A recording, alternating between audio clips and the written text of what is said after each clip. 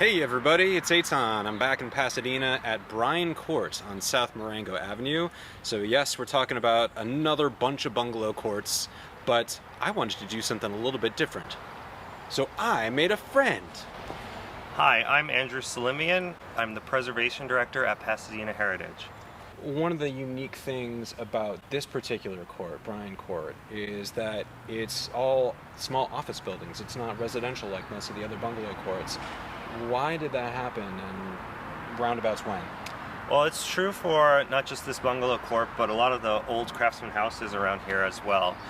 And we obviously want to see these buildings preserved and reused, and one of the ways to best use them in the 80s, we supported an ordinance that allows conversions.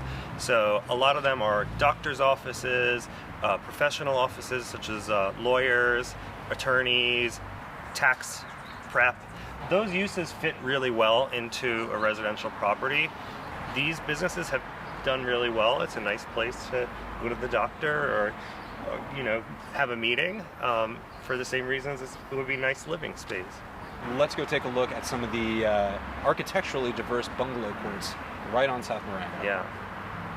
All right. Can you give us a little context? Tell us what was happening in Pasadena in the teens and the 20s that made bungalow courts so popular?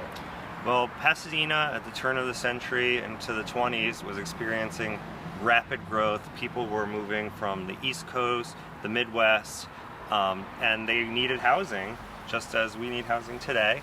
And the bungalow court was seen as a way for apartments or homes to be built that can house a lot of people on a relatively small plot of land, but you still get all the furnishings of a house. You have a lawn, you have trees, you have communal open space, but it's a much more efficient use of space, and the bungalow court was one of the things that drove this population growth.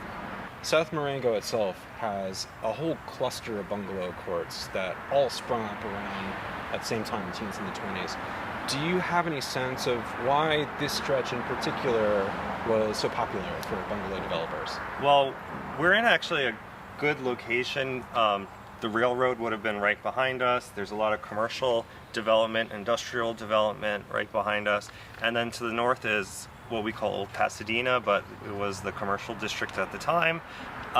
So you have a lot of access to things. You're within a 10-minute walk of almost everything you need in Pasadena. From your point of view as an architecture lover, as a preservationist, just as a person living in the world, Yeah. what do you love about Pasadena? Well, it's just the diversity of architecture. You know, we do have a lot of craftsmen, we do have a lot of Victorian and mid-century modern, but you could drive block after block and, all the historic neighborhoods, all the green spaces, the trees, and then of course the food is really good here.